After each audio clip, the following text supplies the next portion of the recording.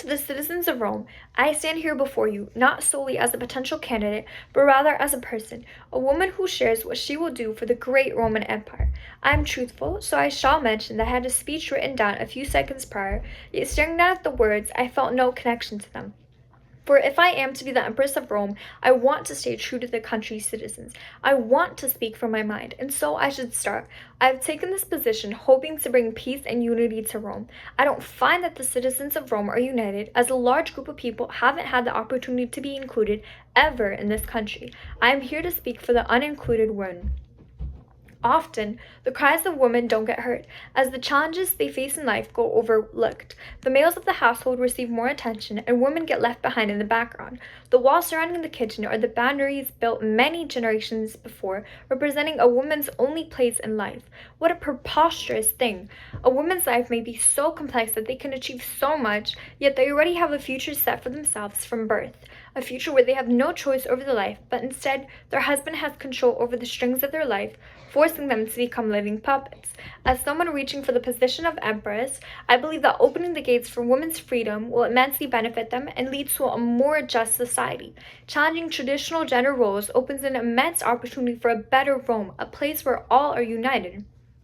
A society flourishes when women are empowered to use their intellect. And encouraging women to obtain jobs currently only occupied by men can immensely help struggling families. The many families I've seen while walking through the streets of Rome, living off scraps, breaks my heart. Knowing there could be a chance for them to live a better life by allowing even a sliver of opportunity makes it crucial to step up and ensure this does happen. If men notice that women are capable of performing the same jobs that they do, it will lead to less judgment, as the common excuse that women are too weak will not be appropriate to say anymore. Women's rights are something that I so terribly want to have enforced in Rome's laws if I am fortunate enough to receive the role of empress. Too often, a woman's voice becomes muted, yet women do some of the most challenging things and come up with the brightest ideas. They deserve to have their voices heard and the ability to participate in influential positions. As a leader, I will be the first to advocate for equality, where women can be treated the same way as men and given the same opportunities. Think you I am no stronger than my sex. Being so fathered and so husbanded, tell me your counsels, I will not disclose them. Many times, a woman gets continuously mistreated despite having a husband and father with the law of power, for even with everything, it is their gender that weighs them down. It is disappointing that husbands may not even share their dearest secrets with their wives, for they don't trust them, regardless of their wives giving up and doing everything for them. It has become increasingly common for women to be objects rather than human beings. Yet one thing is sure, the role of bearing children is something that women must do.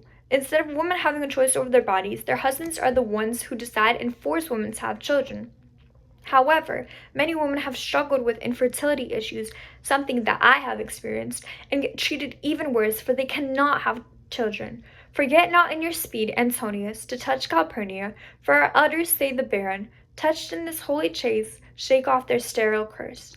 To think that infertility is a curse is so upsetting, and then for women to be touched during the lupral race to remove this curse from them is so incredibly obscene. The lupral race will only bring even more hurtful news if it doesn't lead to the sought-after outcome. As a leader, I will dedicate time to researching infertility, as it is not something that curses a woman into making them less desirable. This topic weighs heavily on women, and as a society, we must focus on working together to support each other.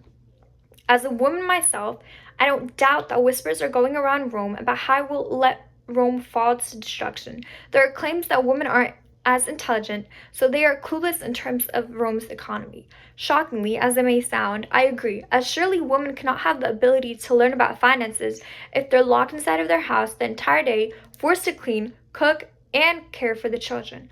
Many women have elementary education, and knowing they struggle to read or write is disheartening.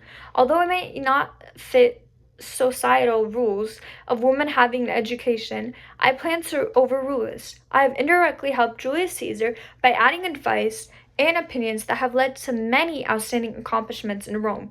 What I hope to not hear during my time as leader is indirectly, as I want that to change to women directly being involved. I find it very comical to receive questions on how I will manage finances. If I manage my late husband's great household well, which still stands almighty, I don't suppose I will let Rome fall soon. Many average Roman citizens are struggling to support themselves. With the gap separating the wealthy from the plebeians, I plan to implement a system where those with a lot of income will have to donate a sum to struggling artists and farmers. The wealthy may buy art and food in exchange for helping the people who have the chance to live without the worry of having to live on the streets. I will not let Rome fall due to a poor economy. Indeed, this will be one of the most significant projects that I plan to do. As a candidate running for empress, I will use my position for the good. I have extreme compassion for the citizens of Rome, who I hope will stand with me during my plans to make Rome a more successful country.